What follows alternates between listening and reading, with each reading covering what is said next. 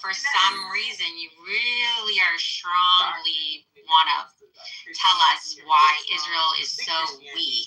No. But the reality is the facts. Opinions are one thing, but your facts are incorrect. Facts are history. Well, I'm gonna say this.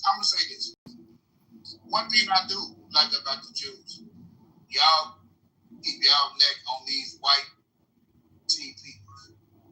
What? Oh my God, are you nuts? Hey, have you ever seen how good looking the Israeli soldiers are? They're so fucking hot. They're gorgeous. They are the most hottest. They are the hottest men, and they're an amazing bodies. Mr. Stanley. Mr. Roper wants his rent.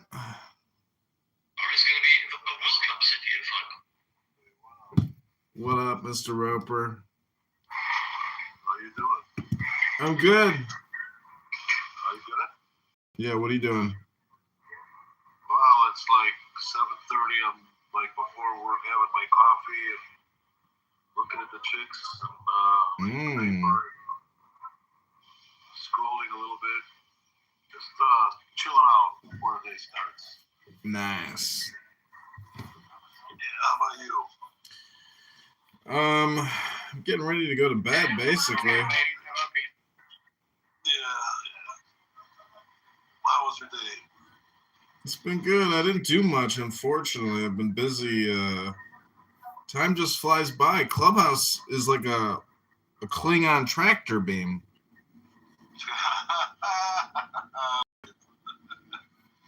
Tractor beam. Oh, God. Yeah. I just played music for like an hour. I don't know if you'd call it playing music, but I just jammed out for an hour. Yeah, well, I jammed out to what? What'd you jam out to? What are you listening to? No, it's just me playing the electric organ and the Santor, and like I did an ASMR room. That's cool. When was the last time I was in your room? A day or two ago? Maybe. Yeah. You had that beautiful comment about the money I owe to my brother. Yeah, how much do you still owe your brother? Wow. Well, look. What are you gonna do? It was pretty funny when you said it, I guess, to everybody in the room, but I couldn't sleep for an hour or two after that. I was a little, perturbed by it. I kind of thought that would be your response, but I think, you're more of a friend than that. It's a joke. Don't you know it's a joke? Yeah, but it opened up something that I didn't want to think about before I went to bed. All right, well, that's okay. Well, what do you mean that it's just sitting there in your subconscious? Whatever. Okay. I thought I'd just be fair and open with you, but. What are you gonna do about it?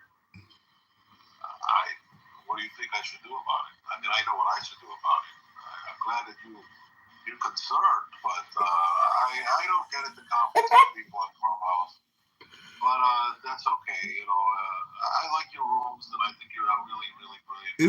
Isn't it just water under the bridge? It could be what you wanted, and you could have left it at that. But why does the whole room have to know that I have something questionable now? Why? You think any of these strokers here matter? I mean, what are you going to meet? Like 1% of the people here you talk to? Okay. Well, I suppose it's not going to happen again because I feel uncomfortable about it. I usually don't open up with my feelings like that, but I really do like your rooms. I like your stuff. I like your readings, and it's just really cool shit.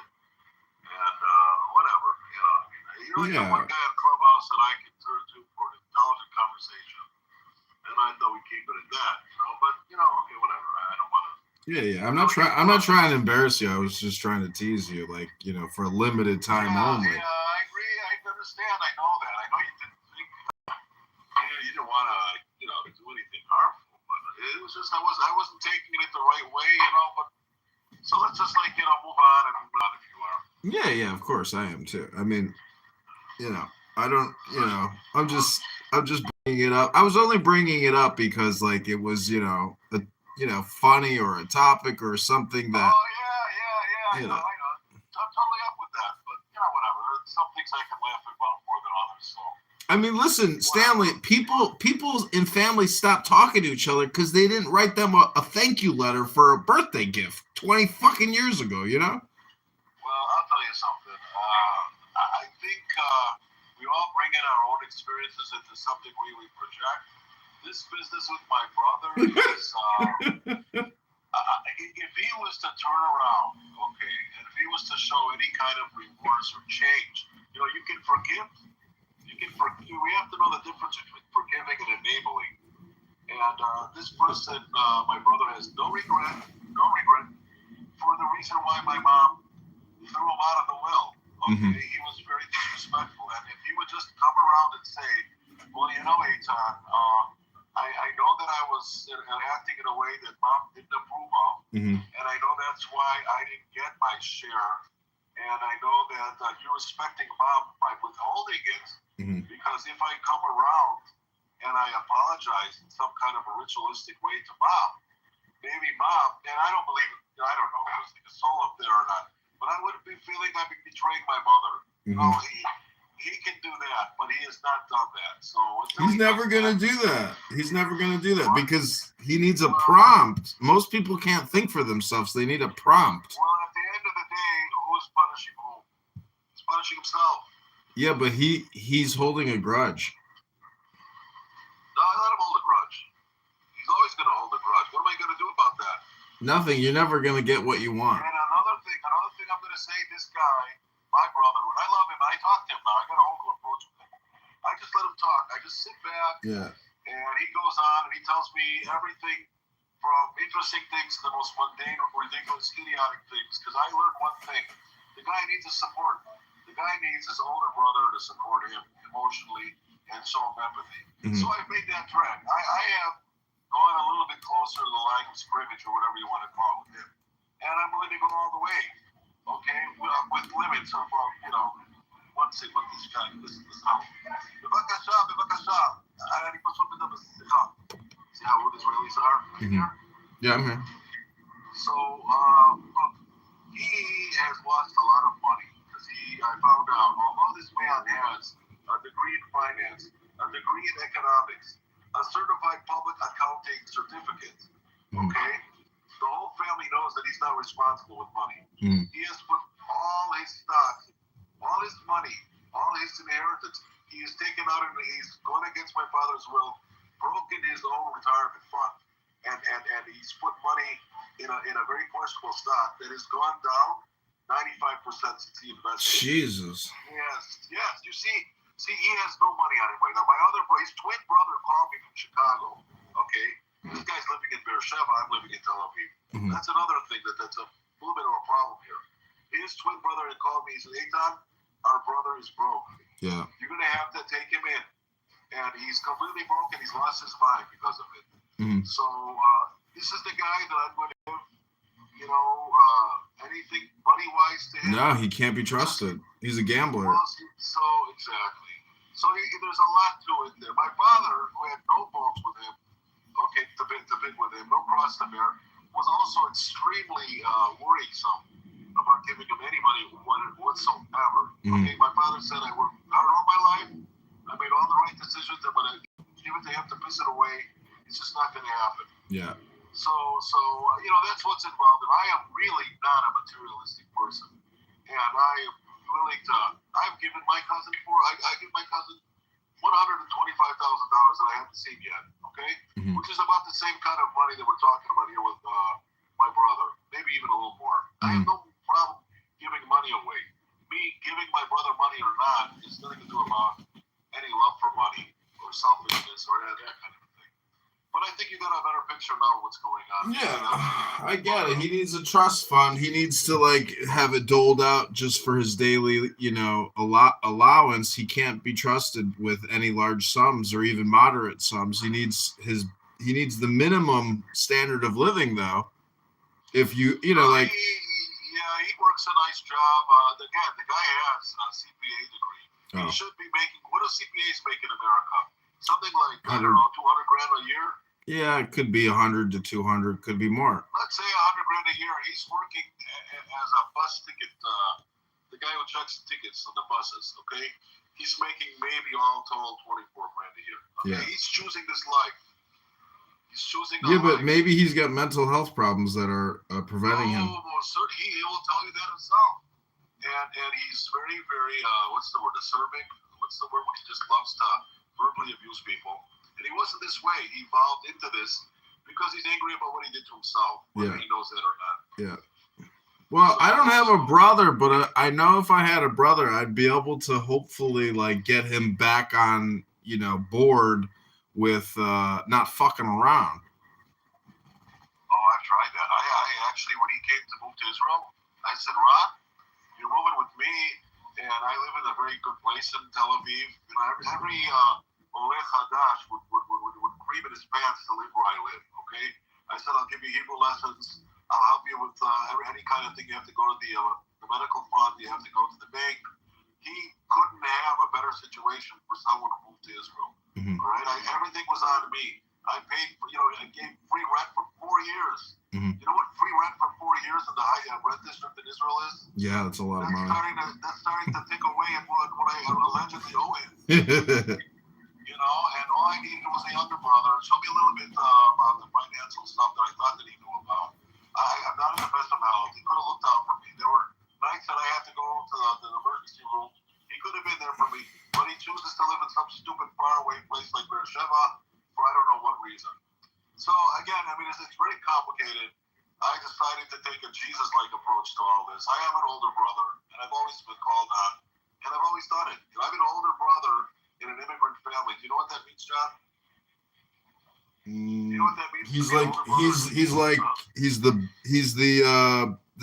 the second in command after your father. It means that not only is he a second in command, it means I have to teach my parents English. I had to be there for them when they didn't know how to talk to the electric company and read the letters and so on and so forth. I had to go help my brothers with the homework because my parents couldn't.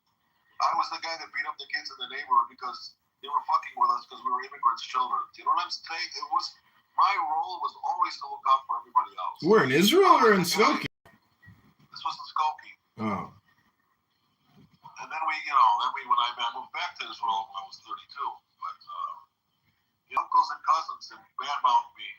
He's just a very, very, very, very, very, I don't know what to say. That sucks. The Arabs say it's worse to have one enemy inside of your house than 10 enemies outside of your house. So yeah. So again, we all put our name in our coffins and we all pave our own road. And I'm really trying to work with the guy, but only to the point where it could be damaging. Yeah, that sucks. Yeah. So you can see why sometimes bringing the subject up at certain times of the day can be more difficult than others. At nighttime, I just like to goof off and I go into your rooms because we're not, saying genocide and we're not saying bullshit things like the Jews own the money and all that crap. You know what I mean? I just, I like Clubhouse because it's that social place, but it's becoming, it is, what's the word I'm looking for? It's a negative neurolinguistic program. Yes, it has deteriorated too. There used to be cool people out there when it was the COVID thing, and the cool people that couldn't go to work were out there.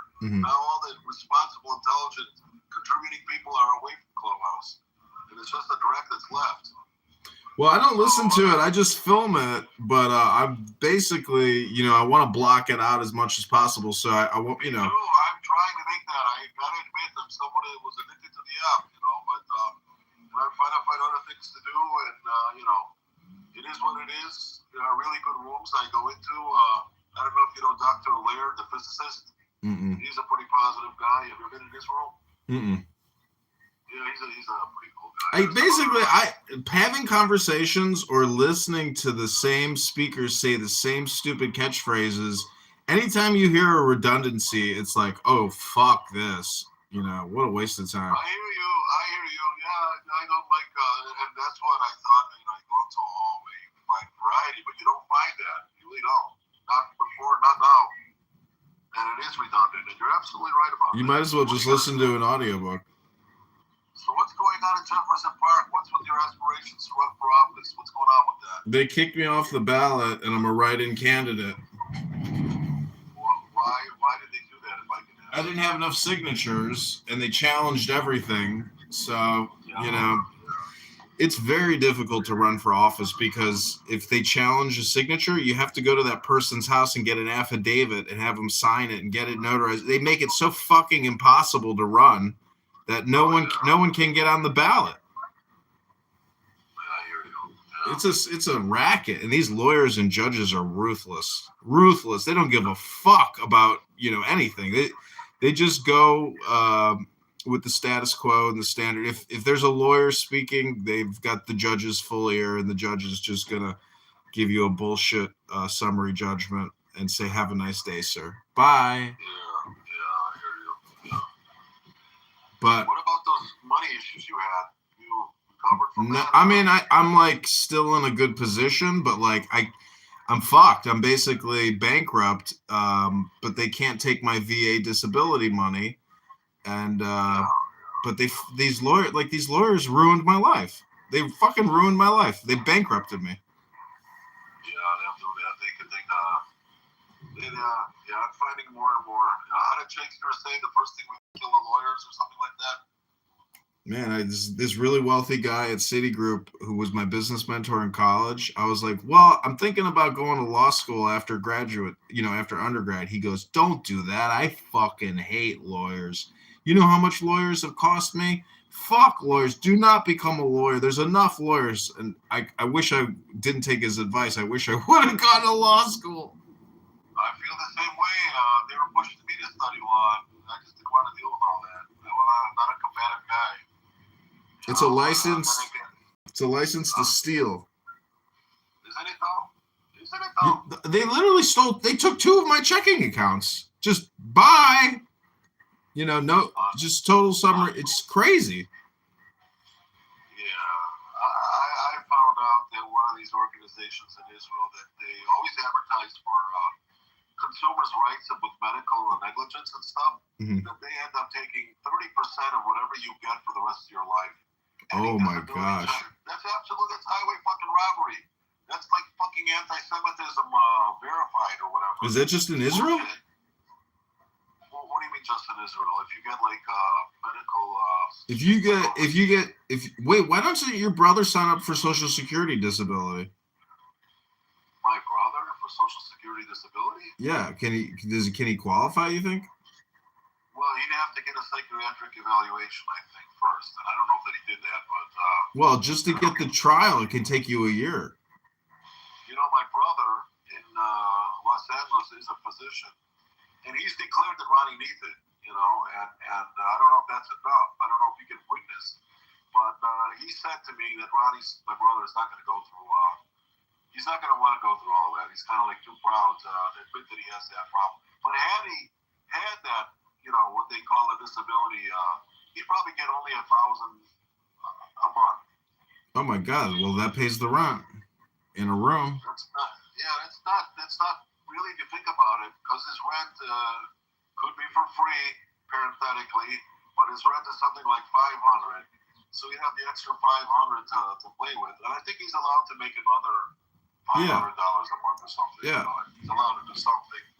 Then people always do things under the table. You know, the guy can teach English or something, and there's shit that he can do, you know. Yeah. Another thing in Israel is if you own an apartment, and then again, if you own your own real estate, I don't know if they give you disability. I don't know if that excludes you necessarily. No, it does. It's all just based on whether or not he qualifies because he paid in, and then the judge determines that he's mentally or physically disabled.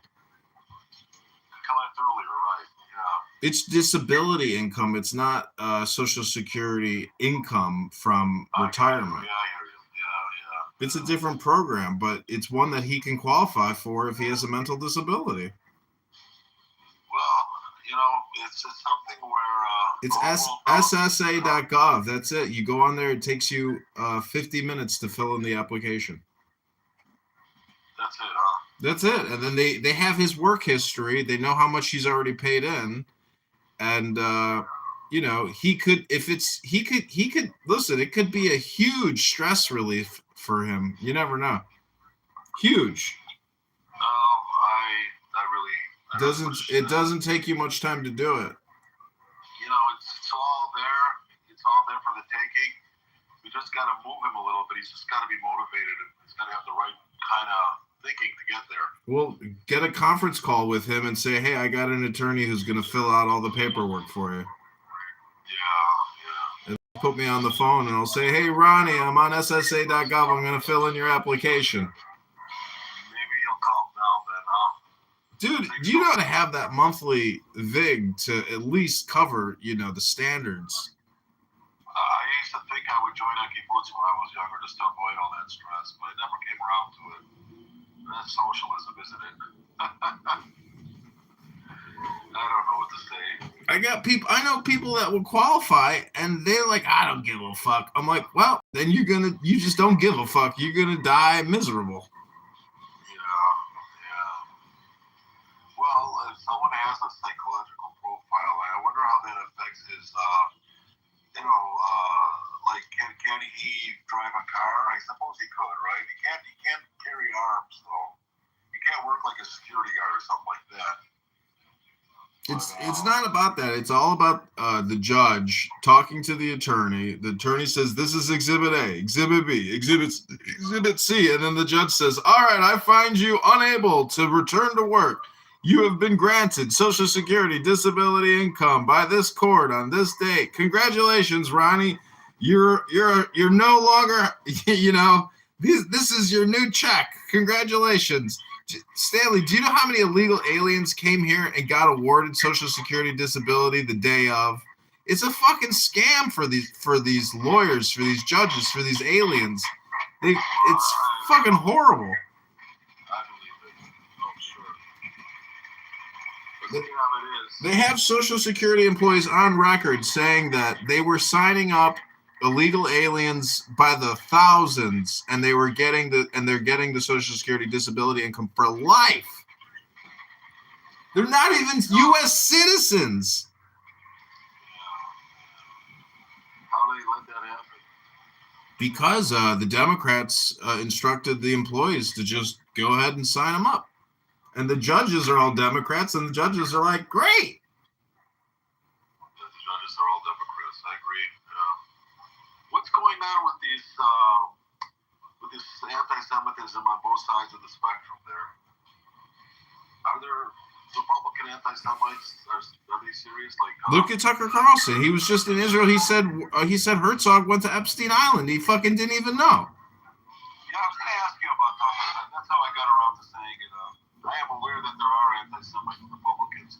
And there's Tucker Carlson, there's Candace, there's that Nick Fuentes, there's somebody else. I forgot. Andrew Tate, but he's not a politician, right? Was he? He's an influencer. Yeah, influencer, whatever he is. But, it's one thing to be anti-Zionist. They always say this. They're like, oh, I'm not anti-Semitic, I'm anti-Zionist. But when you get Candace Owens to take a book out, there was an anti-Semitic book written 100 years ago in Germany. You know what I'm talking about, the Talmud book? Yeah. The Talmudic Jew? Well, you're exhausted. I don't want to hold you then. No, I know what you're talking about, but it's rampant, and they're the biggest hypocrites because if they were talking about black people, they would absolutely be labeled as hardcore racists. Oh, absolutely. Absolutely. She is a big hypocrite. But she's, you want to say, okay, I don't agree with Zionism, I don't agree with AIPAC, I don't agree with blah, blah, blah. Tangible, okay, things that you can, provable or whatever, that's one thing. But to take out, a book and say that, Jewish people are this and that, and they have those traits, that's ridiculous. I can't believe we're talking this. How are we talking this way in 2025 or 26? I mean, didn't we have that in America back in the 30s with what's his name, Coughlin and Henry Ford and the Protocols of the Elders of Zion? How far away are we? It's absolutely ridiculous that we've gone backwards like this. They're crazy. They're total hypocrites. They don't talk about Hindu nationalists. They don't talk about, radicals in Saudi Arabia. They don't talk about radicals in Iran. They talk about the Jews, nonstop. You got Tucker Carlson. Again, Tucker Carlson, you want to say, I don't believe in the lobby. You want to say, I don't believe in this territorial settlement or this. That's one thing. But to take the Kabbalah and to make it look like it's something evil And to say that Jews are behind this evil cabal, or whatever you want to call that, it's absolutely insane. I mean, that's outright anti-Semitism. That exactly is anti-Semitism defined. I don't get it. They're not ashamed of it anymore. You know what I mean? They used to be. Am I wrong? No, you know why? Because I think they've had every conversation there is, and they find that the extremist conversation and the extremist content is what spikes their numbers and probably gives them dopamine because they themselves are so devoid of God. And if they're going to do this, they're basically saying they're atheists and they're racists, you know? They are racist and they're yeah. Does this mean that Jews are losing the grip of whatever it was believed that they had? Or are Jews losing the... No, they're being slandered. They're being defamed. That's what's happening. Yeah, it used to be a lot more difficult to be able to do that. Are you kidding me? My great-grandparents had to leave Eastern Europe because they were being slaughtered and defamed daily. They came here through Ellis Island, probably like your fucking grandparents or parents, because they were being defamed and literally murdered. Well, that's exactly my point, that it's gone full circle. There was a time, when, Holocaust and the protocols, the pogroms and all this, and that's seemingly like in the 50s and the 60s when things were going well in America, this didn't seem to be, that pronounced. But now it's just blatant in your face, probably because of the media as well. Kind of like Marshall McLuhan said, the main medium is the message. Yeah. And maybe that's what's going on. Every idiot has a voice now, and everything can go viral. No matter how stupid, it can't go through censors anymore. Maybe it should have. I don't know, but I don't know. So it's discouraging. I'm kind of happy that I'm in Israel, so I'm not dealing with all that shit. But I understand that it's pretty bad. And when I saw during the war that Jewish students couldn't even go to their classes, that's absolutely insane. You can't go to synagogue. I mean, I expect that from Muslims. I didn't expect that from a Christian society. Yeah, just you can expect the situation to get more and more dangerous because the mind virus is real. Yes, that's what I was going to ask you next. It is getting worse, huh? It's going to be bad. If Orthodox Jews and people who are public don't take, total precautions and security, like there's so many nutcases out there that, my dad worked for the Jewish Federation in Chicago for 20 plus years doing security, and it's a real serious threat. Like there's a lot of whack jobs, and on Clubhouse here, that's the type of insanity. Like that guy Resistance, he's physically attacked a Jew in the street just for being Jewish, and had to go to court. Was that Yosef Haddad or was that Norm? So he claims. No, he just attacked some random guy. That guy's a nutcase. I said, why did you attack him? He said, because he's a Zionist in the fucking streets. It's the whack job, illegal alien or, refugee status, Muslim radical young male, alpha male, who gets a box truck and decides to drive through a parade or something. Like that's the type of, easy terror that's out there. And, it makes me not want to go to any kind of public events. Like I don't want to be a victim. This is becoming, the science fiction is becoming science factual. It's amazing now that they have all the means of communication. Soon they're going to have the weapons to pull off this kind of thing. Weapons are getting more and more advanced. God damn, this is a noisy city. Do you hear this shit in the background? Yeah, Tel Aviv is fucking noisy, man. And it can get dirty and dusty, and it's savage. Dude, I call people call me from New York. 5 o'clock in the fucking morning, I'm off, okay, having my coffee at the cafe. And you don't believe how much noise there is in the background. People from the other side of the planet say, what the fuck is all that noise at 5 in the morning? Street cleaners come out, the vendors come out. It can be stressful there, man. Tel Aviv is like. It's a pressure cooker. Yeah, it's a pressure cooker there. I mean, holy shit. Nice looking girls though. Nice looking women though. That makes it worth it. You know what though? In every major city in the summertime, there's a lot of good looking women. Every city. When I was in Chicago and I was putting myself through school as a cab driver, I had people from all over the country. Yeah. They're like in the cab. They're like, what with the women in the cities?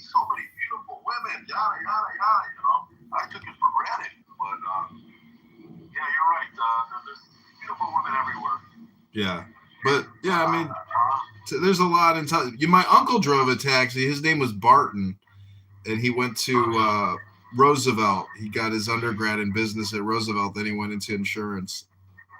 Oh, really? Yeah, independent insurance salesman till the last day, till his last breath. He was pitching insurance. Really? His last breath. The guy was addicted to talking about life insurance policies. Oh, I know people like that. Life insurance. He would have people call him up and try to sell him oil rights, and he would say, well, have you thought about getting a life insurance policy? Oh, that's wonderful. I have a new tactic now. When they call me, I'll just go on the attack. I'll find somebody to sell them. That's cool. I would say, are you serious, Bert? He goes, it's called a reverse sale. I was like, a reverse sale? I was like, you gotta be shitting me. You have an interesting life, John. Yeah, I mean, I'm fortunate that, I didn't die in Afghanistan. I'm lucky I didn't die in Iraq. I mean, there's 10, 15,000 Americans died overseas battling these cocksuckers. And, for what?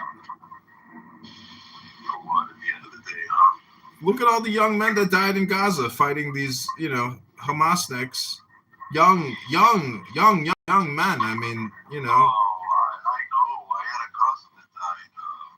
He was only 19 years old. He has life ahead of him. Gifted. Not because it's like I'm on the wrong side of the history on this one, but because the reasoning is ridiculous. It's outright lying. It's not a genocide. You know that, and I know that. Yeah, but it's funny because it's like genocide is like what happens. That's the label afterwards. And so they're just using an extreme word. Hyperbole. Yeah, it's hyperbole, yeah. And I've had discussions with this, I don't know why, but what's her name? I think her name's Wednesday or something. Yeah. And I'm like, let's go through this. Let's see why you think this is a genocide, and in the middle she just stopped. She's like, well, I don't want to do this. It's a genocide. And, what the fuck? If I belong to a people like the Armenians or the Native Americans or the Cambodians or a Holocaust survivor, I would be offended that the word genocide is being used like water, like toilet paper. I don't know. It's absolutely ridiculous. Well, it's a war of words. And the other thing is it really comes down to like your mental health and the words that you're consuming. So that's why I say I want to film these people, but I don't want to listen to them.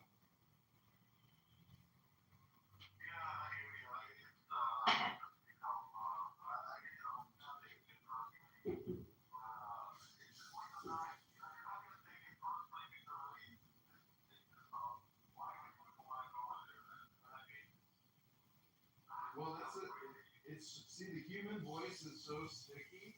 It's like this is the perfect hypnosis because it's real, it's dynamic, and it's But the thing is, it's like after so many years, it's like fuck, I can't keep listening to the same stupid people say the same stupid shit over and over. It's like a show for Amir. It's like his. Yeah. Every now and then I say to myself, because I do a little writing on the side. Okay, I keep it to myself, the writing, but I'm on more material, so I get onto a Clubhouse. I hear the craziest things. Jesus spoke Yiddish. That was a good one. There was a few other ones that was up that vein. I'm just trying to remember. Really ridiculous stuff. The human brain is so good at creating controversial statements to gaslight the opposing party. They will think of a new gaslight a million different ways. It's limitless. You know what bothers me more than that? If somebody knows he's gaslighting and knows to get under my skin, I'm not. I don't feel because he knows he's doing this. He knows what he's doing. It's the ones that do not know that scare the fucking willies out of me. It's the ones that really cannot distinguish. 75% of the Armenians that were unarmed that got wiped out and used the word genocide, and what's going on in Gaza and say genocide. If that's the ones that really, really fucking, I don't know what to do with them. You know what I mean? Well, there's nothing you can do. It's just like these people aren't teaching meditation. They're not telling their audience or their fellow speakers to go within to solve these problems. They're not personal development. They're doing hardcore, radical, extremist politicking. That's a good point. It's a very good point. They're not your friend. And as El Normo pointed out to me, these people fucking hate you. They want to kill you. And it's like, holy shit, you know what? You know, like, fuck these people, but at the same time, like, you want to monitor them. But I don't know, I'm just at that linguistic point where I'm like, I want to control what I hear, what I say. I hear you there. Yeah, absolutely. Because it's not good for your mental health. Look how I impacted you just by bringing up your brother. You said you couldn't even fucking sleep. You're like, you couldn't stop thinking about it. It's because I injected a mind virus into your brain, you know, and that's part of what I want to teach people is like, you know, we are our well-being can be dramatically impacted by what we listen to. Yeah. It's not healthy to go into Amir's room and listen to that bullshit because they're the ones suffering from the mind virus and they want to spread the plague. You know, the syndrome, they want to share the infection. That's what gets them off. That's what makes them feel better about themselves, you know, and pulls them out of their own depression. That's true. Yeah. I spend a lot of time reading books here, and if I didn't do that, there is no way I would be able to counterbalance the radical hate and nonstop stupidity, because it's brain rot what these people say. It's not based on the law. It's not based on justice. It's just based on, you know, basically propaganda, hate, misinformation, disinformation, and, you know, pathetic behavior, because all these people are exhibiting patheticism. It's not, you know, intellectualism. They're just basically wasting their time and your time. So shame on them and mock them and insult them, but don't, you know, participate with them. Unbelievable. Yeah. Be the master of, you know, it's the king of Clubhouse, and like, you know, you can't let people manipulate you, and that's exactly what they can do. Yeah, they can. Yeah. Because you think you're coming in all sincere, and you know they're just out to destroy you. They're not out to like. They're supporting hardcore piratism and Islamic jihadists. They don't and they know it, but they just don't care anymore because they think that the Israelis, aka this Zionist entity, as Amir loves to say, this Zionist entity. Oh, okay. You mean the state of Israel, which is a Jewish country, you know, Jewish majority. But it's not. I mean, how many Arabs do you meet every week? How many Arabs do you see all the time? You probably see Arab Israelis all the time. I do, actually. In many places. You see them in working the hospitals as doctors. You see them as dentists. You see them as even a lawyer. I see them everywhere. I see them at the cafe. Everywhere. And they don't express, even, you know, at the grocery store, they work there. And I have a friend that works in the grocery store, and she got the what do you call it, the Worker of the Month award. They completely incorporated, and you see them everywhere, and they're your friends. You don't know them as Ahmed. You know them as a person. You know. Hi, Stanley. Hi, Lord. Hey there. Now you sound like you learn in yeshiva. What? You sound like you learn in rabbinical schools. Well, this is Guy. How we doing? I haven't talked to you like since the previous Messiah was crucified. Yeah. You know, my rabbi said a God that can die is supposed to be stoned. Stoned. Well, we'll offer him the finest reefer that we have. That's the way he's going to get stoned by me. What's going on, Ski? Where are you? You there?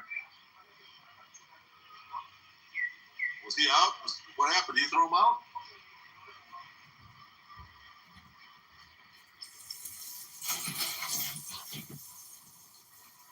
No, I think he left, but I just got a cup of tea.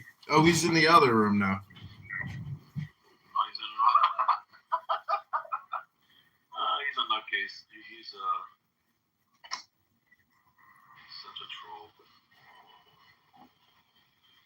Hey, Strength.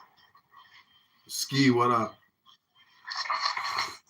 I was reading an article about a guy that was married to a bipolar wife, and she was stable for many years, but once she started going on Discord or Clubhouse, he knew she's having a manic episode. What do you say to that stat? I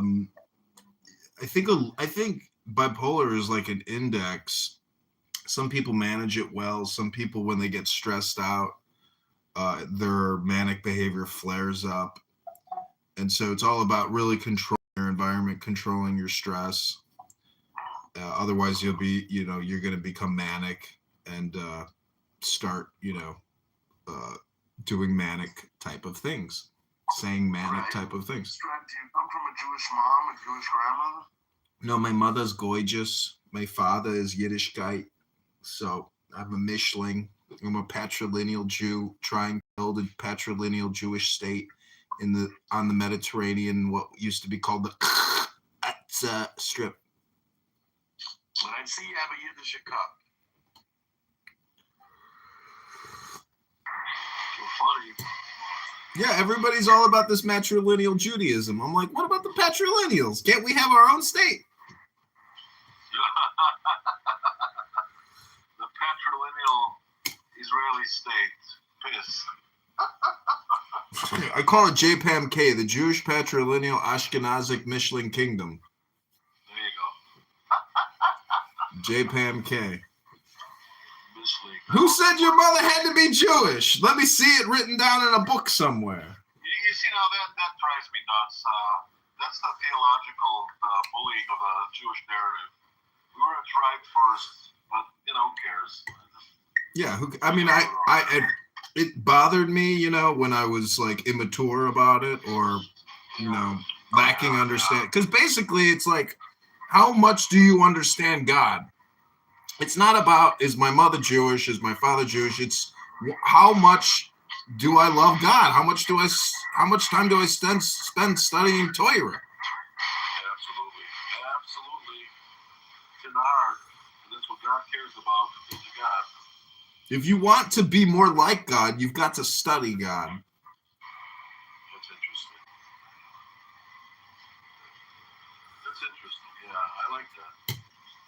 Yeah, I mean, all these people, oh, my mother's Jewish, you're culturally appropriating my family's faith and religion. It's like, do you want to join my book club? Because that's all I care about is my book club. Yeah, it's only the most ignorant that are the most vociferous. They just sad. Yeah, what about the book club? What's going on there with that? Well, I'm in my library right now. I've got 1, 2, 3, 4, 5, 6, 7, 8, 9, 10, 11, 12, 13, 14, 15.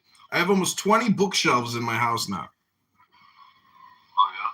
The woman who has brought all these books to my house because I bought them all on eBay, I gave her 10, not 11, 10, not 9 as a Christmas gift. Oh. How nice. I've been studying Kabbalah. I've been studying Kabbalah. What authors are you reading? You reading Berg or something more Sholem? No, I'm reading a medieval Jewish rabbi called Eliphas Levi. Oh. But it's like, I would say it's more like British Kabbalah, English Christian Kabbalah. But I think he had to pretend he was a Christian to get around the censors in the 1600s. Yeah, it makes a lot of sense. That's what they had to do. What do they call them? Conversos, Moranos. Yeah, he was Spanish. Yeah. But, the aristocracy loves astrology. Aristocracy loves astrology? Yeah, Kabbalah is basically astrology, in a way. You can. Well, there's a lot of astrology in Kabbalah. Yeah, I'm not doubting that. Yeah. Or Kabbalah, I think, but I'm intrigued by the wordplays. I love language, so a lot of this gematria stuff is kind of cool. You take it for what it's worth. Well, I got this. There's this one Jewish guy from Beverly Hills, Dr. Paul Foster Case. And when I was living in Los Angeles, I was in an antique shop and I picked up a book called The Secret Keys of the Tarot. And the tarot is all Kabbalistic. Yeah. Now, where was this again? It was in San Francisco? Los Angeles. Los Angeles, a bookstore, you said? An antique shop. Antique shop, no less. Okay, interesting. But I bought a lot of his books. And What's the name of the author? Paul Foster Case. Oh, yeah. And he has this temple in Los Angeles called the Builders of the Adytum. It's still there. Okay. Do you know what the pattern on the trestle board is? No. Oh, read this. Let me get it for you. What is wrong?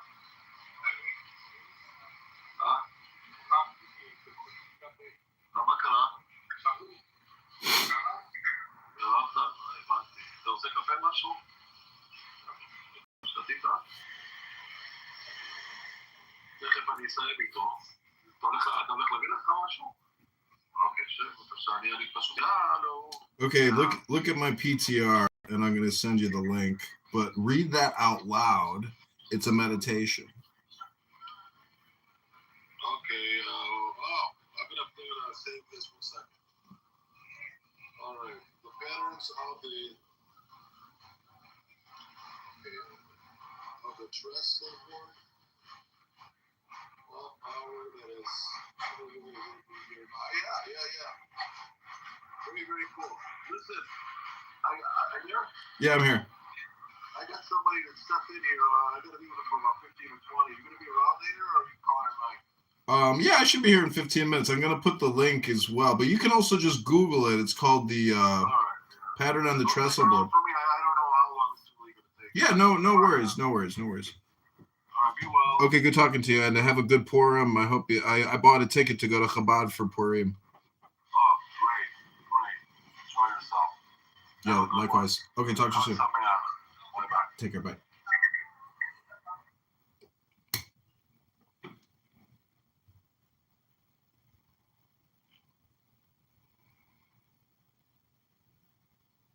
If you love, but that's a prescription. That's calling you to respond in a way. It's not saying if you don't, you can't like. No, it's not a call. It's not a call. It's not a call. If you love me, keep my commandments. That's not a call. It's not a call. It's actually saying 1 Are you plus saying 1 Jesus is equals not 2. prescribing to follow his commandments? No, I don't think it's a prescription. I think that it's something that follows naturally and organically. If you love me, you will keep my commandments. If that's the case, then why does James warn of a dead faith if it's already organically going to happen? Yeah, so that's not loving. You're not loving. But you said it'll organically happen. So how can you warn of a dead faith when that's just not possible? No, I don't think that's not what I was saying. James, he warns about having a dead faith. You're saying a true faith is always going to result in. So why does he give a warning about it? When if they have true faith, it's just going to naturally happen. Yeah, right? True faith is loving Christ, is keeping his commandments. That's what I'm saying. Why does James warn of a dead faith then if it's naturally going to flow? Wouldn't James' warning imply that it's not naturally going to flow? Faith if it's naturally going to? Why does he warn? I don't understand your question. Okay, if it naturally flows, why does he give a warning as if saved people can fall into it? If doing good commandments naturally flows, why does he give a warning of what? Why does he give a warning about a dead faith? He says,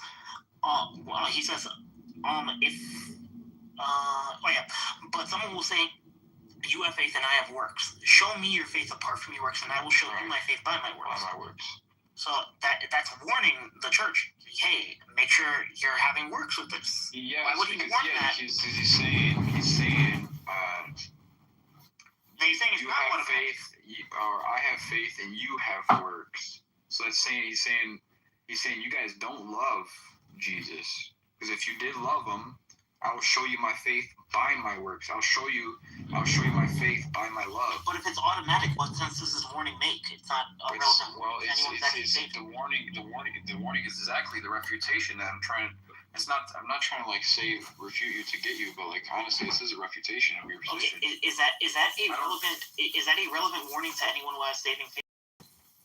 Is that a relevant warning to anyone who has saving faith? Well, saving faith is what he describes as, I will show you my faith by my works. That would be saving faith is by my works. No, he's talking about faith without works is dead. Is that a relevant warning? Is that something that a saved person is susceptible to? A saved person shows their faith by their works. Are they susceptible to a dead faith? Is that possible for them to have?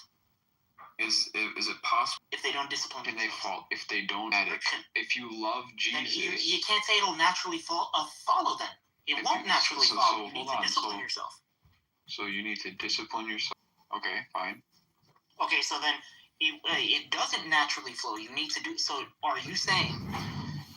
So, are you going to revise that? What you said about it will naturally flow? I said that it wasn't a call. It's like an organic. It's an organic flowing of your love for Christ. Meaning, like you love Jesus, therefore you follow His commandments. Okay, when James gives that warning, is that under the assumption there are some people who do have faith but are lacking works? Gotta lay off the pizza. They do have. Works is not a salvation issue, guys. If you've got true faith in Jesus, all that works and to live a Christ-like will just come naturally. The Holy Spirit. Right, that's what I was trying to say. But so I guess what the argument or contention would be is don't even really matter because that wouldn't be relevant to anyone who has a true saving faith. But you just said no. You can fall into a dead faith even when you have living faith. Well, you can fall. Yeah, you can fall away. Of course, you can fall away. You said anyone who's truly saved is going to have work to follow. Yeah. So then that can't happen to them. How could they fall into a dead faith if their true faith is always going to result in good works? Hello? Well, because their true faith is stemming from them keeping the commandments. So the work is coming first. Right? The work is coming first. Then it has to be a prescription to keep yourself. I think there is a failure to communicate. We might. That's a movie quote from Cool Hand Luke. Hello? So, anyways, Last Supper. So that's my point. Then so I just want to know: will it naturally flow, or do you have to discipline yourself? Because those are not the same thing. Well, are you trying to invoke the Holy Spirit? You can't just like snap your fingers and get the Holy Spirit to come. Hello? Yeah, well, I think now we have to go into like certain specific situations, like certain contexts of different people. I mean, I don't think that question is just like something that you can generally answer for everyone. Everyone comes to faith.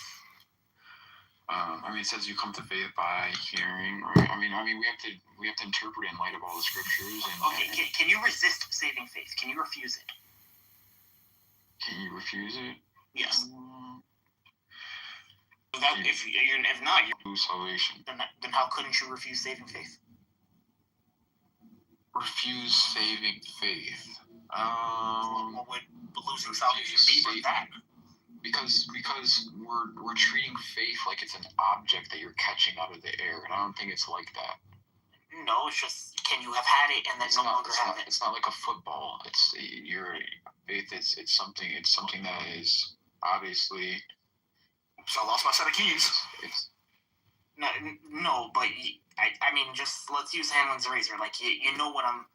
Well, no, I'm sorry, Grice's razor. Like you know what I'm saying by this. Like I'm not saying like an object. I'm just saying, can you have done it and then stop doing it? Can you, of your own volition, choose to stop doing it? Yeah, I believe that. Okay, then you believe you could lose salvation. That also means you could resist saving faith. Could resist saving faith. You could choose to not exercise it. What would you describe as someone receiving saving faith in the Bible? To believe. Can you give me an example of someone receiving saving faith in the Bible? Yeah, when they hear the message of Jesus Christ and believe on Him. Okay, so when the Lord Jesus sent out the apostles to heal the sick and raise the dead and proclaim the good news, proclaim the gospel, were they saved? when he raised the dead and when he sent the apostles out. And then what? And he says here. I don't have the. What, the people believed on their words? Yeah, they would be safe. No, the apostles themselves. Maybe not Judas Iscariot, or maybe so. But for the rest, yeah, I could definitely say yes. Okay, but that's hold on. I think it's Mark chapter 6, verse 7 to 13. Then he called the 12 and began to send them out 2 by 2, and gave them authority over the unclean spirits. He charged them to take nothing for their journey except the staff, no bread, no bag, no money in their belts, but to wear sandals and not to put on 2 tunics. And he said to them, whenever you enter a house, stay there until you depart from there. And if any place will not receive you, and they will not listen to you, when you leave, shake off the dust that is on your feet as a testimony against them. Demons, they healed people, and they proclaimed the gospel to them. So what's the question? So Judas was there. So Damns anyone, but we can say that. I mean, obviously, we don't hope anyone goes to hell, but like, he was replaced obviously, and he lost his his spot. So I got a picture of the Last Supper, and it says Saint Judas on it. Is it talking about the same Judas? No, it's a different Saint Judas. Texas, I got really hurt when I saw you left. Last Supper, what's the deal? Are you coming or not? I'm having a conversation. I thought Christians don't lie. You just said in 5 minutes I'll be there. Did I say 5 minutes? Did I say 5 minutes? I don't remember if I said. If I said 5 minutes, let me go to his room for a little bit. If you guys are still here, I'll come back. Okay, no, this was a good conversation, Papa Kratos. I appreciate it, man. God bless you. So you gotta look up the liturgy of Saint John Chrysostom or Saint Basil. They're the same. They're pretty much the same liturgy.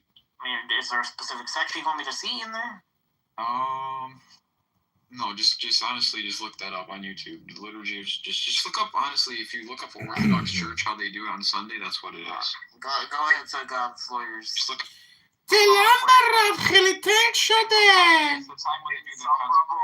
Where did God's lawyer go to law school, and did you pass the bar yet? Hello? Lord, you're invited. Listen, I'm not a lawyer. I'm nothing. I want to be educated on this Trinity, this Jesus stuff. If I go in there and you don't show up in 2 minutes, I'm coming back. Wait, Insufferable, are you there? Is he there? You want to know about God? Why don't you just read the book, lawyer? Supposedly you represent a book. Why don't you just read the book yourself? Hello? I've never read it in all my years. Some people want the Holy Spirit to come, but they're not even willing to read the Holy Spirit's book. Hello? Oh my God. Oh, tell me about this Holy Spirit, please. It's all powerful. It's all knowing. It's everywhere. It's pervasive. It's intuitive. It's galactic. It's universal. It's omnipotent. It's omniscient. It's unlimited. Hello? You believe Jesus is your God? Yes, Lord. Lord? Hello? Don't get quiet now. You were just saying you're opening. Your boy Last Supper just went over there. Go in the bed. Okay, all right. All you guys are welcome. He's going to come back. He says he's going to come back. Ribono Shalom. Yeah, here's my honest question. Why do we allow these fucking Jews up here if they're going to act like this? Whoa. Why do you have to put an F word in front of the J word? Jesus. Where's your Holy Spirit? I don't, in a word, don't you know what, the Jesuits say? They say, in a word, be a saint. It doesn't sound to me like you're very saintly. It sounds to me like you're a little angry. Nobody cares what you have to deal with. Oh, really? Are you projecting onto me the fact that nobody cares, about what you have to say? Says the one projecting, but hey, There you go, projecting about projecting. This is John Kitover. Hey, it's the skiff. It's the White House attaché, the point of contact for everything. Oh, she can barely string a sentence together. I'm sure she worked at the White House as an intelligence operative. what the fuck is he talking about? You're insufferable. Good. Jesus is God. That's all Black is. And please block him. He records every. Excuse me? This room's on replay, E. Your black and white photo is not fooling anybody, Catfish. We all use dating apps, and whenever a woman uses a black and white photo, we know to swipe left. Here, I'll take the replays off of that. Why would you turn the replays off, Texas, bro? Because she wants to ask a question, and Oh, that's fair. if she Wow, wants that was to actually a really agree- good conversation. Okay, no one cares about your stupid debate, Pop. Okay. Papa, don't worry about it. Doesn't it automatically save the? No, you're already off. No. No, I thought it automatically saves. That's a She that has feature. she has a question. Papa, what are you writing, a new Bible? You ain't got to worry about it. Hold on, Lord. Let her. World Cup. He booked the room. Nazi be chilling. Sure, yeah. The Old Testament. Yeah, that's fine. And the reason why I was even asking this question is because if Jesus and the Father, if Jesus came here to be about his Father's business, and he comes in his Father's name, then we can understand that his Father's business would be in the Tanakh and Torah. That's why I'm asking you, because I have read both the Old and the New, other quite ripping books, including the Apocrypha. So that's why I asked you if you could show me or help me understand where Jesus learned about this Trinity. Sure. So now, before we go to this verse that I have from the Tanakh, are you familiar with the miracles of Jesus? But is this a book, or are you talking about In the gospel. In the Okay, gospel. yes. Like he Yes. calmed the storm, right? He claims to be the one from Jacob's ladder who was standing at the top of the ladder. So, with angels ascending and descending upon him. Just he raised the dead. Just like some refreshers. He heals the leper. He spits in the mud, and he creates eyes for the blind man. Water into wine. I just wanted to premise my answer with that. And so, could you read for us Proverbs chapter 30, verse 4? I am actually in the middle of making CMOS at the moment. Okay. Could you read it for me? I'm definitely listening now. Did you get that from Dr. Sebi? No, I don't. Okay. I was just wondering. He just made that popular, so I was just wondering.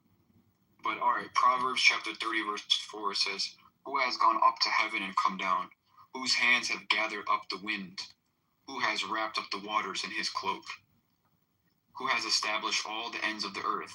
What is his name, and what is the name of his son? Surely you know." So this would be the Father testifying of the Son. You mean of Israel? When he actually says that's his begotten son? Yes, Israel is his begotten son, and Israel is also a title of the king as well. So the king can be referred to as Israel, so we can refer to Christ as Israel. And actually... Huh? Well, hold on. Let's slow down here, because now what you're doing is you're conflating. So if I'm conflating, hold on. The reason why I'm saying, hold on. Well, you gotta let me land, though. You gotta let me land, right? So if I'm conflating, then you have to show me where Israel wraps up the waters in a cloak. Did you even answer my question? Let me go back to it, because I don't even remember. I don't even know if you remembered my original question, because I don't want us to, get distracted from that. Question was, this is his only begotten son, Israel. No. My original question was, Learn about a Trinity. That means that you never read the Bible before.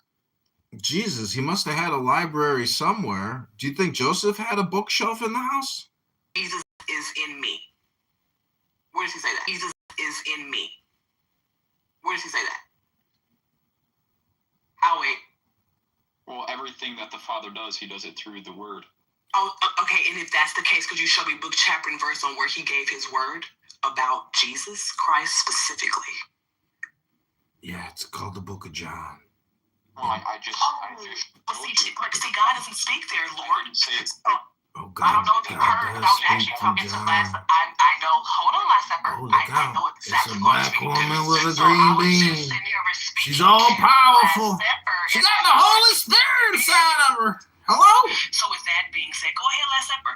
Yeah, so I went to Proverbs chapter 30, verse 4. Yeah, and And I you're asked talking you- that was about Israel, Yeah. where the Your Father response actually was named about him Israel. as his begotten Son. Okay, so Israel. who has gone up to heaven and come down? Who is that about? Did Israel come down out of heaven? What are you speaking of, sir? Hello? Proverbs chapter 30, verse 4. Who has who has gone up to heaven, come down? And did Israel come down out of heaven? He the third person to bring up this. That's why I'm confused. Yeah. Yeah. I'm confused too. Did Israel come down out of heaven? It don't say. Said, take ye away the stone. Remember, we were buried in sepulchres aforetime. So they had a stone in front of his sepulchre. Go ahead. Martha, the sister of him that was dead, saith unto him, Lord, by this time he stinketh, for he hath been dead 4.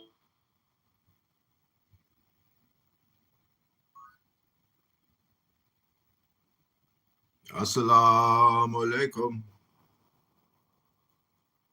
I'm trying not to swallow my spit. Hello?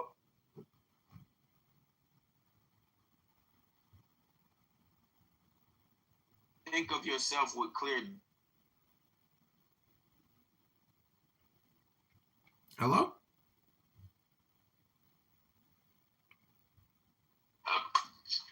He called her something that I don't think he wants to be. Well, I won't play that part. I want to play it for the other person. I can send it to you. Yes, please. Bro, play it. Prince, play it. Joey. I can't play it. Doesn't. I don't, my phone is messed up. Joey, are you playing that in Jack. English or in German? Joey. 1 second. I'm looking for it. Is it the one when he mentions all the countries? Not the one where he mentions all the countries. He talks about why he needed to fight the Jews back and drive them away because they were basically. We're talking about Uncle H. Yeah. Yeah. Like he was explaining himself and then they translated. Huh? He's what's that thing with the? That's funny. Yeah, When he mentions Palestine, the whole congregation starts laughing There is no Palestine. Why did they laugh? because of the British occupation, and of course, And also, there is no Palestine. That's why they were laughing. Okay, shut the fuck. That's why Mikhail's not gonna summon you. But Hitler did make it to summon them. Yeah, it was a temporary deal with the German Jews. I think Alfred Rosenberg made it clear that this wasn't a solution for all of Jewry. Because they knew. With Al-Husseini about, do we have any records? So obviously that's not true. So Okay. He's making things up for no reason. Okay. Yeah, all right, David. Are you guys playing clips or what? What's going on? Be a fucking bitch. For now. What is your question? What are you trying to say? Okay, go ahead. I don't like you. Stop talking to me. Whoa. No, suddenly Oh my God, no black rabbi wants to talk, bro. It's a clown show tonight. The fuck? Sorry, Prince, link in the We chat. can only do one at a Prince, time, though. link in the chat. That's it gives you the full context of Hitler's speech and why they all laughed when he mentioned Palestine.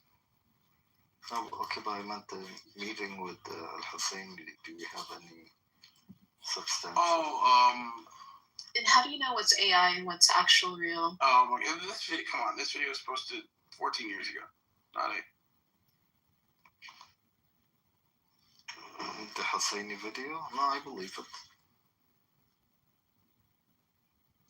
I mean, we know he traveled to Berlin to meet Hitler.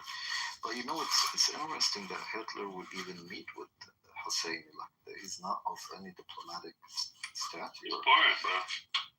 He's the opposition to the British in the Middle East. Would that warrant the Fuhrer himself to meet with him? I mean, keep in mind, we're talking Germany, 1941.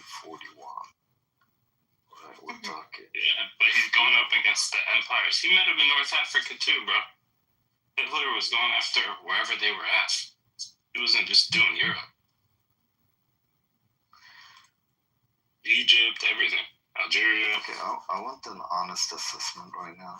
Who in this room believes the world would have been a better place if Hitler won the war? The world would be a better place. This might be shocking. Yeah, I think the world would have been a better place. What's your evidence for that? Well, is it just main? Okay. Yeah, I think communism would have never had the foothold that it had in Europe at the time, and there wouldn't have been an exportation of communism if Nazism was the bulwark that prevented it. I think even what's his name? What kind of system would have the Nazis built? Well, look, it's not. I'm not talking like an absolute victory, but I think what's his name? General Patton even sort of iterated the same thing about how we fought the wrong enemy and how we could have, at the very least, used the Nazis as a bulwark. Yeah. Look, now you know what? I do take that back because there was General Plan Ost and all these programs to want to ethnically cleanse Eastern Europe, and I mean, Hitler had his own imperial ambitions, but yeah, I mean,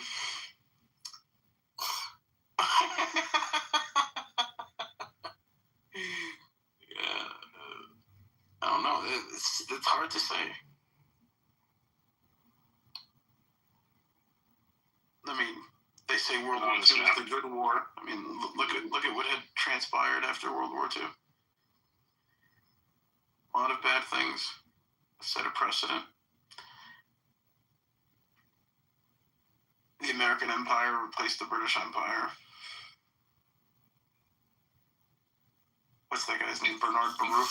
You guys talk about the past because we really don't have any real independent thinking or any real imagination. We're talking about hypotheticals here. Yeah, but why not hypotheticals for the future? It's the past. You're holding on to narrative. We talk about everything. Black Robert. Here's a hypothetical for the future. You ready? Achoo. Prince knew exactly where I was going with this.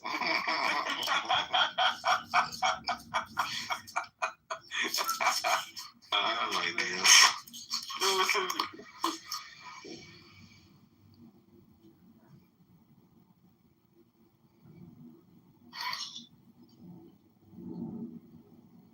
Black Brother, you're very disruptive sometimes on stages when we're having a serious conversation. Oh, okay. I'm sorry. No, that's why I put you down yesterday, and then you left. I don't remember. No, you tell us, Black Robert, what do you think would have happened if Hitler won the war? There will be no America. What's going to happen to America?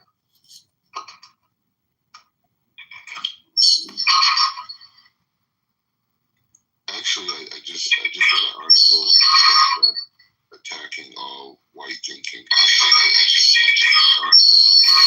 There's an echo. Hold on. Yeah. Yeah, and they're circulated around the Jewish community. No one said anything yet.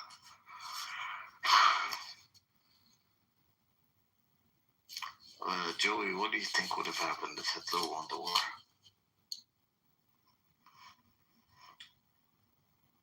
There would be a world with fewer Jews. Yeah, there definitely wouldn't have been no Israel. Yeah, that's for sure. Yeah. Yeah. So. But like, tell me, no, I want to know, what do you think the world would have looked like? Technology development, the economic system in the world, trade, would there be a global system? What do you think? Or would the Nazis... The goal was to, well, Hitler, his policy was Lebensraum, right? So he wanted to conquer all of Eastern Europe, going into the Ural Mountains, because even Hitler understood what he understood what the British ambition was, and this is sort of the hidden grammar of both World War I and World War II. The goal was to prevent any forging of alliance between the Soviet Union or just Russia and Germany. And this is still very much the foreign policy of the Americans, right? This is why the United States so vehemently opposed the Nord Stream 2 pipeline. So if you can meld German innovation with Russian natural resources, that's enough to isolate the United States and possibly dominate the entire world. It's called the Halford-Mackinder thesis. Hitler also understood this within his own paradigm, which is why he believed in conquering the heartland.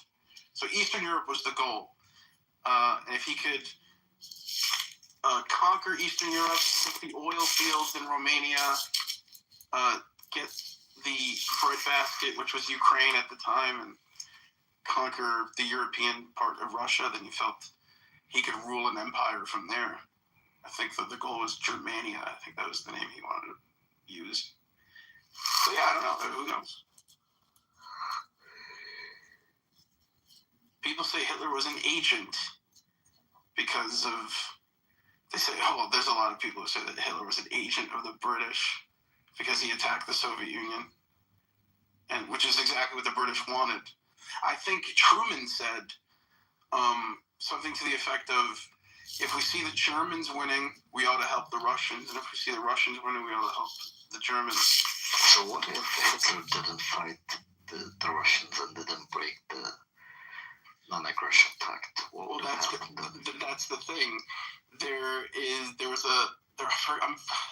The operation is escaping me, because initially, a lot of people don't know this, before the invasion, before Operation Barbarossa, the Soviet Union was the primary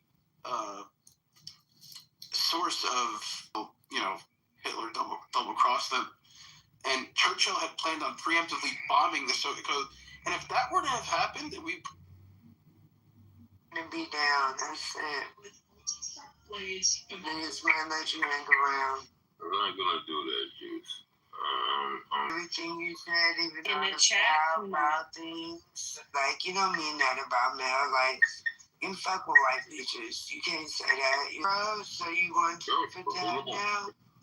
You going to for that? You supposed to be the elder. Look what kind of example you set. It's good, and y'all make jokes out of it. It's just fun and games. It's jokes. I laugh. Everybody just jump on OG Clubhouse and call me this and call me that, and I'm supposed to sit back. Nah. Hey, I try to support. Y'all made it something negative of me supporting. Y'all switched it up and turned it to what it was not supposed to be. So, no, I'm not going to apologize to nobody when I try to support. And it goes that way, so it is what it is. It sounds like to me you're in your feelings as an OG, and that's why, I don't know, are you in your feelings, OG? Man, what I know was right. It's not about feelings. I support it, and it was told to me it wasn't the right way to support. It was negative. I'm like, all right. So let's get down to the nitty gritty, because I wasn't in the room. What are you talking about specifically? But you talk to your brothers. brothers and your sisters. They will explain. No, I'm asking you because it feels like your efforts. It seems like your efforts keep coming up short, and I'm just the observer. I'm not trying to get emotional with. It's not emotion. You've been talking your shit about me too. You was not in the room when they went down, and I get it. But there's no need to explain it to you. You know how this family moves. And I said, fam, I'm not going to Exactly. So when I read the chat, I'm very confused because why would you disrespect my sister who actually invited you into the room like that? That's crazy to me. That's weird to me. But it's there on paper. Why read the chat? I don't give a fuck if it's on paper. But why read the chat when you don't even know what really went down? Because that's my job. Hello, I'm the secretary of the chat. I'm the secretary. Juice. One pause. Juice. Am I the secretary of the chat? I wouldn't even expect you to understand my point. I don't expect you to understand my point, because you're going to always take the family side against me. So I get it. No, it's not about sides because it's they. Are you a they? We're us. We're us and a them. It's always us, never them. That's not a reality. Everyone came across me the wrong way. They felt I said this, I said that. I ain't say nothing wrong. And it was just pulled in. Yeah, but you know what it is? Duck season. You know what I mean? Everybody's getting called out on their bullshit. And as a secretary out in the chat, I'm calling you out on what you put in there. It's disrespectful. So apologize. I ain't apologizing about a goddamn thing because I ain't doing it. Okay, there we go. I donated and niggas want to take my donation as something negative? Come on, man. I'm moving you to the trunk. So you get the fuck down there, pussy. Oh, too late. Sorry.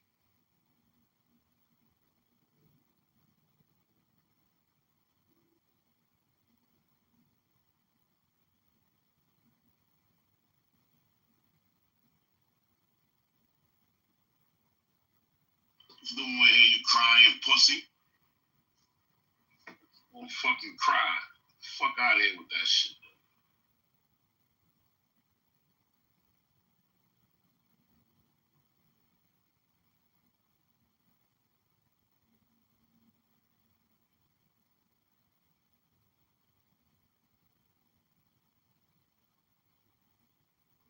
She said for you to apologize, bitch.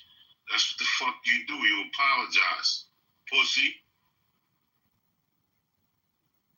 Look at you like a female, like you doing shit that females do, pussy. Look at you. She confronts him.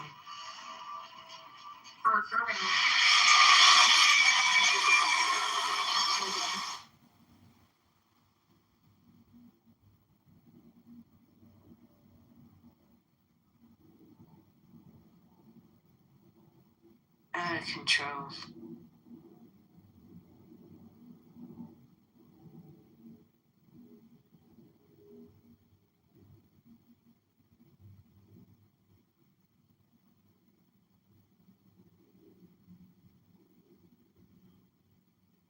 Call that nigga Ho G Clubhouse. Cause you's a hoe.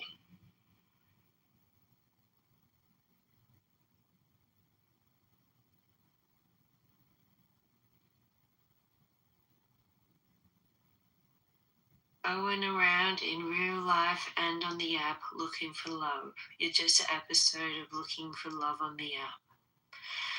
And now you're just looking for belonging. And you're stuck in 89. And we're just trying to help you grow. Yikes.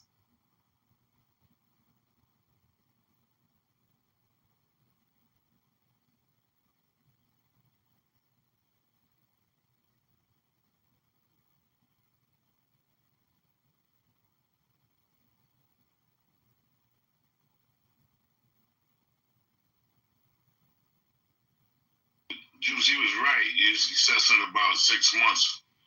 Some people ain't gonna be here. Look, he's talking about himself. He was talking about himself all the time. It's crazy. Yeah. Now look, we down there sitting on this punk pussy right now. real punk pussy.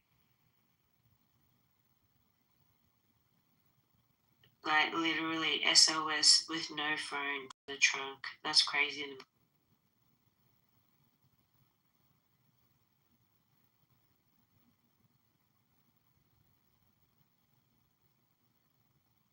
Cut that nigga Wi-Fi out from the trunk. He can't write nothing. Niggas take the tablets from me, yo. Take the tablets. That's a fact. Tablet gone.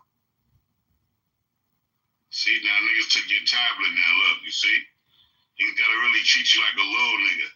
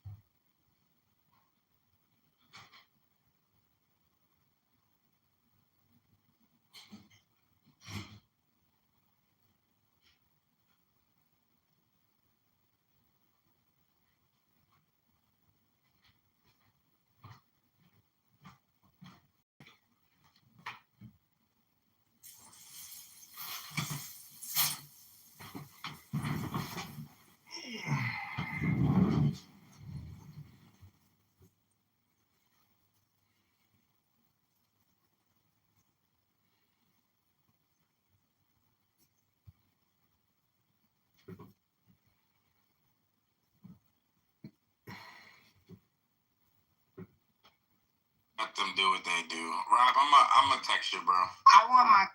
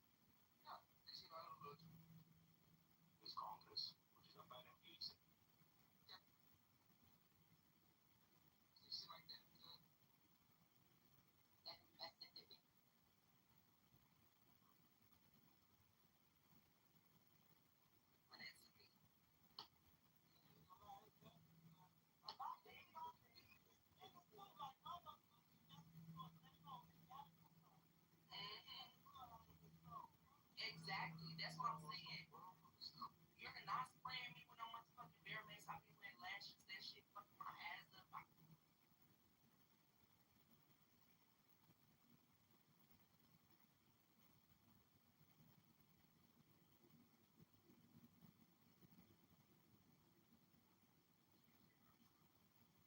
Yes, deep cuts. Wait, that's how the black people were able to rearrange the political system in America to their benefit. Something that didn't even acknowledge them as human beings. They changed it around. That's what the civil rights movement was. It was a rearranging of the geopolitical landscape in America. The civil rights movement, aka the Black Jewish Alliance. Whatever you want to call it. Anyway, well, Kanye West threw that one on for all the youngsters, I put that explains the new economy that they're going to be dealing with post AI. And I give vivid details on how to prepare. Let me tell you something. Number one, the fear about AI. The west side, the best side. AI is not going to replace all jobs, and people are not going to be unemployed, and the government is not going to give universal checks. Okay, AI is being already integrated into the economy and is replacing certain jobs, but other jobs are being also created to other jobs, especially in the AI field itself. That's number one. Number two, AI can be regulated. A lot of governments, including that of the United States, regulate AI to prevent major layoffs like this. Companies cannot and will not willy-nilly replace. There's a reason why many European countries till this very day do not allow Uber. For Southern Mediterranean than Kurds. You know that for a fact, right? You understand that Arabs look closer to European counterparts than you do. Especially Southern Mediterranean counterparts. I think Moroccan and Egyptians somehow do.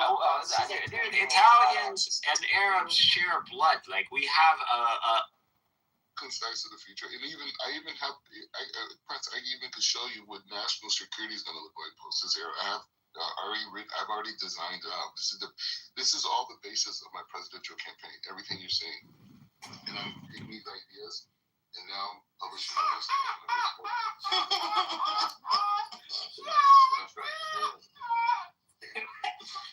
Why are you laughing? I'm confused. Exactly, bro. It's fucking ridiculous. Wait, I want to ask Joey. Joey, do you know that Black Rabbi is running for the White House in 2032? I'm sorry, I didn't hear you. Can you repeat that? Did you know that Black Rabbi is running for White House in 2032? Outdoor boogie. Oh, great. Oh. Alon will come up and tell us how Black Rabbi is not a Jew. Because I believe he is a Jew. Tell us how your coffee date was. Black Rabbi? Yeah, You should come up and tell us how his coffee date was. Where's Eleanor? That's how he talks. I don't want to go in the goo. Alon will love telling Black Rabbi he's not a Jew for some reason. Yeah, Black Rabbi knows more about the Torah than Alon will ever. I just put in the chat a whole outlook on I have a question for Black Rabbi. National security, yes, so. Black Rabbi, do you consider El Normo to be a Jew? I think that's the real question. Yeah, doesn't. Wait, what makes him a Jew? He doesn't keep Torah. He doesn't keep Shabbat. He's always on Torah is not the basis of what makes you a Jew or not. It makes you a good Jew, keeping the Torah. So what makes you a non-Jew? What makes you a non-Jew? Converting to Christianity. No, not two just factors. One way, either a person has a Jewish mother, right? No, what makes you not a Jew? Or a person is like me. That somebody can be born to a Jewish mother, be an atheist, and still be a Jew. Yeah, 100%. Where in your Torah does it say that? And kings that were like idol worshippers at times. I mean, it's like also the time start worshipping idols.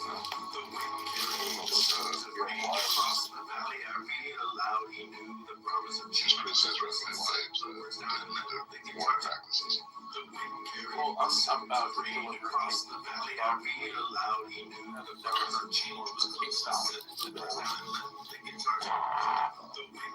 There's a Jewish source on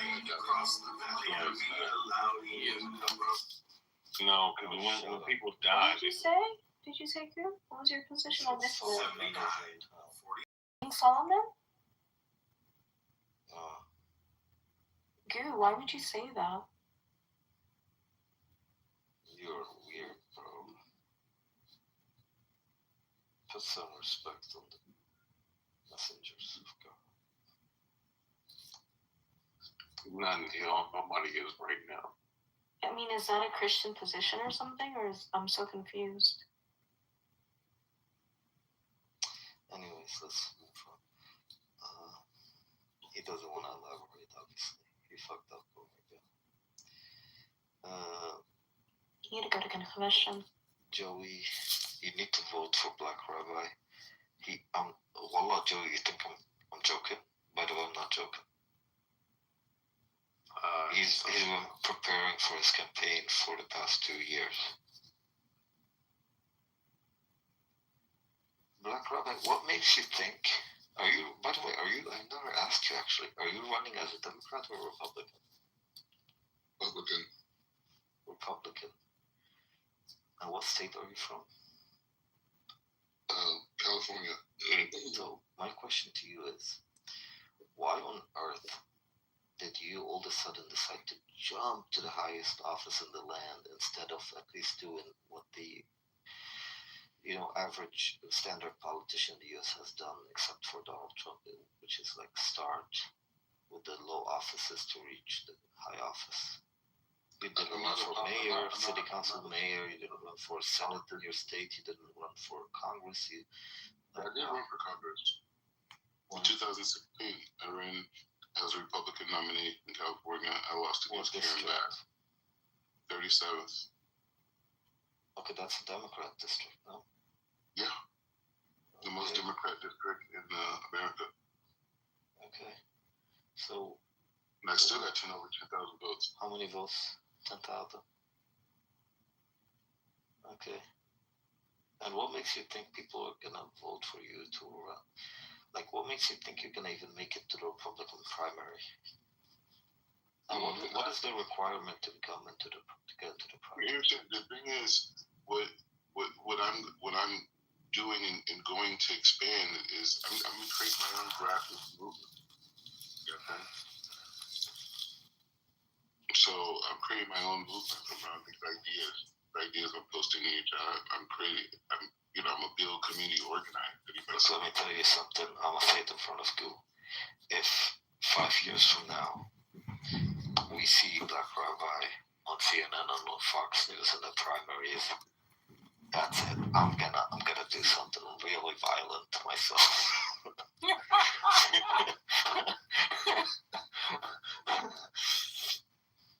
Listen, I'm just saying crazy shit does happen, and if this guy makes it to the primary, we're all fucked.